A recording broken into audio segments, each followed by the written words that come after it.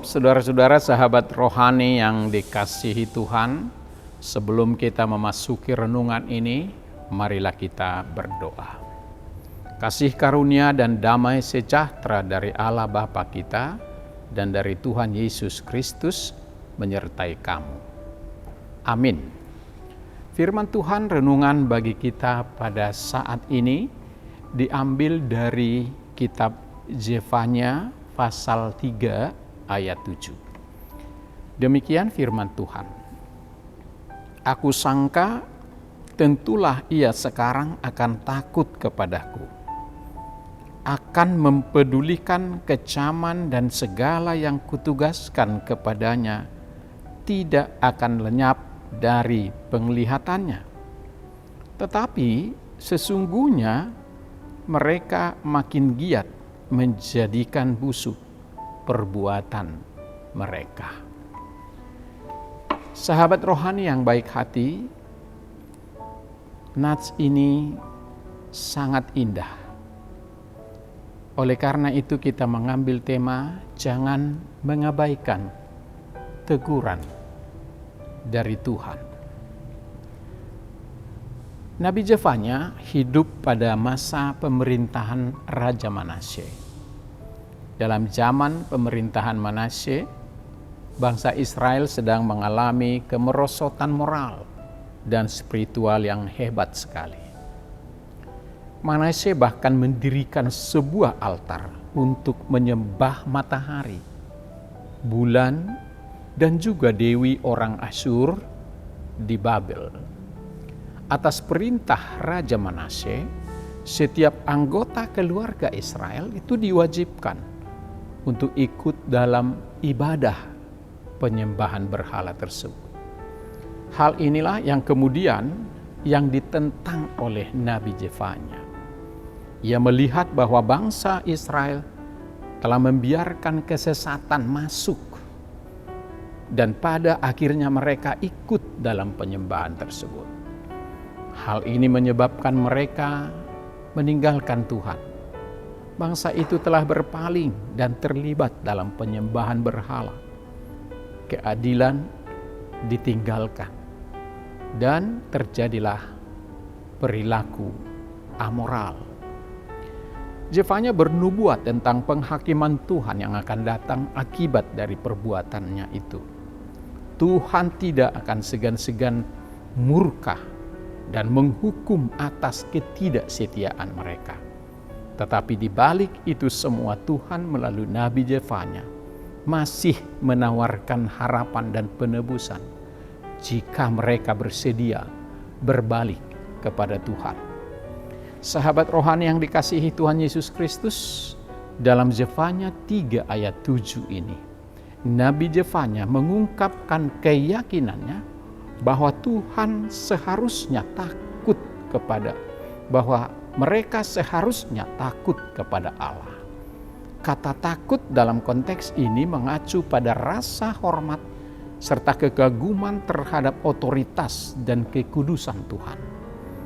Mereka harus menaati dan tunduk sepenuhnya kepada kehendak Allah.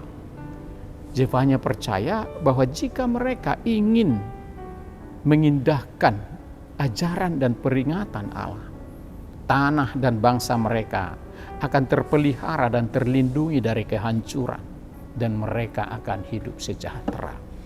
Allah tidak langsung menghukum mereka walaupun mereka telah melukai hati Tuhan. Tuhan masih memberikan belas kasih-Nya serta bersabar dan melakukan sesuatu tindakan peringatan agar mereka kembali ke jalan Tuhan.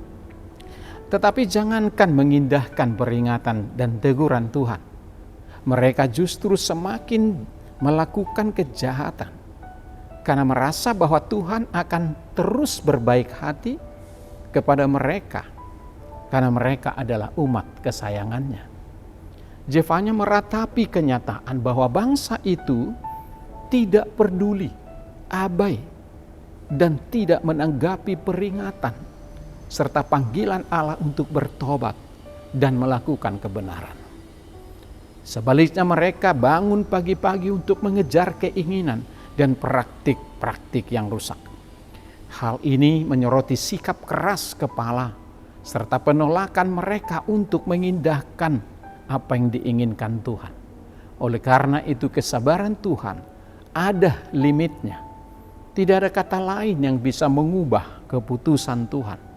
Umatnya harus menerima konsekuensi dari tindakan perbuatan mereka yang mengabaikan Tuhan dan peringatannya. Sahabat rohani yang baik hati, kebanyakan orang tidak suka ditegur, walaupun dia sebenarnya pantas untuk ditegur. Tetapi jika Tuhan yang menegur kesalahan atau dosa yang telah diperbuat oleh manusia, lalu apa yang dilakukan? Apa yang kita lakukan? Teguran Tuhan adalah obat untuk memperbaiki kita menjadi lebih baik ke depan. Seharusnya di dalam menerima teguran dari Tuhan, kita bersyukur dan berbahagia. Teguran Tuhan adalah bukti bahwa Dia sangat peduli dan mengasihi kita. Terkadang tegurannya sangat keras serta menyakitkan memang, tetapi tujuannya adalah untuk mengajarkan kebaikan, memperbaiki, mendidik dalam kebenaran. Tuhan tidak ingin kita tersesat dan membiarkan kita menyimpang dari jalan-jalannya. Sebab jika kita menyimpang dari jalan Tuhan, akibatnya adalah kita akan menerima hukuman dan bisa berupa kehancuran, bahkan kebinasaan. Teguran Tuhan menjadi kesempatan bagi kita untuk berubah serta meminta pengampunan Tuhan untuk kembali kita dipulihkan. Teguran Tuhan bertujuan mengoreksi hidup kita serta membuat kita semakin peka terhadap Tuhan. Itu adalah bagian rencananya dan menjadikan kita sempurna di dalam Kristus. Sahabat rohani yang baik hati, pesan renungan ini bagi kita. Ketaatan kepada Tuhan adalah satu-satunya cara untuk menerima berkat yang melimpah. Tetapi sebaliknya ketidaktaatan selalu mengakibatkan kehancuran untuk diri kita sendiri.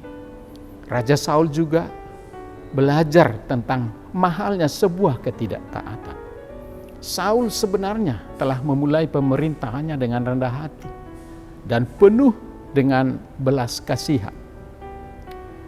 Bahkan Samuel memberitahu bahwa Allah akan mempertahankan kedudukannya sebagai raja serta keluarganya akan diberkati jika saja ia tetap setia memenuhi semua perintah Tuhan.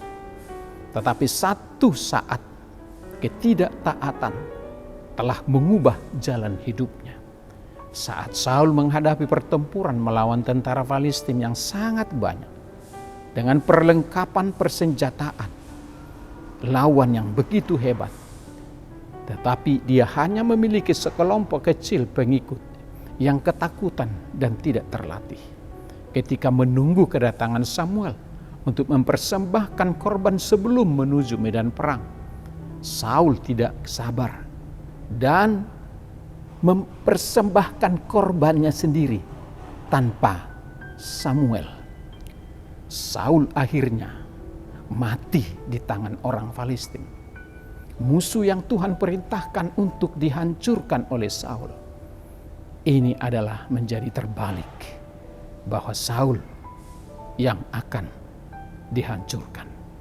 Ini peringatan bagi kita bahwa setiap ketidaktaatan selalu memiliki konsekuensi. Oleh karena itu, marilah kita berpikir berulang-ulang sebelum melakukan sebuah pelanggaran. Konsekuensinya sangat berat. Tetapi berdoalah dan sujudlah kepada Tuhan untuk meminta petunjuk, sehingga kamu boleh memilih untuk taat kepada Tuhan. Jangan pernah mengabaikan peringatan dan teguran dari Tuhan dalam hidup jika tidak ingin menyesal. Dengarkan, terima, dan sambutlah teguran Tuhan dengan rasa syukur dan berubahlah supaya jalanmu diberkati oleh Tuhan. Tuhan memberkati kita. Amin. Mari kita berdoa. Terima kasih Tuhan atas hari ini, karena Tuhan masih memberikan kami kesempatan untuk hidup dalam berkat-Mu. Tuhan, sebelum kami beraktivitas, kami sudah mendengarkan firman-Mu. Adalah satu peringatan keras dari Nabi Tuhan kepada bangsa Israel. Karena Tuhan tidak dihargai ketika Tuhan memberikan peringatan dan teguran. Malah mereka semakin jauh melangkah meninggalkan Tuhan dan menyembah berhala. Oleh karena itu Tuhan, jadikan kami anak-anak-Mu yang taat, yang tidak mau mengandalkan hanya pikiran kami sendiri, tetapi mengandalkan firman Tuhan yang menjadi landasan dari setiap keputusan kami. Berkatilah kami, sekeluarga, anak-anak kami, pekerjaan kami, juga apapun yang kami pergumulkan, agar selalu kami bersandar dan taat kepada Tuhan, sehingga kami berada di jalan yang benar. Terima kasih Bapa di surga, ampuni kami bila hal yang terjadi dalam hidup kami adalah sesuatu yang tidak berkenan. Tuntunlah kami, tegurlah kami, ingatkan kami, agar kami berjalan di jalan-Mu. Karena disitulah kami menerima berkat yang melimpah dari apa yang kami kerjakan. Terima kasih Tuhan, bila ada orang yang sakit di tengah keluarga kami hari ini, sembuhkan. Bila ada orang yang berduka cita, Tuhan hiburkan. Bila ada yang bersuka cita karena pertambahan umur dan karena memperoleh berkat, biarlah juga bersujud syukur di hadapan Tuhan. Ampuni segala dosa kami. Dalam nama Tuhan Yesus kami berdoa dan mengucap syukur. Amin.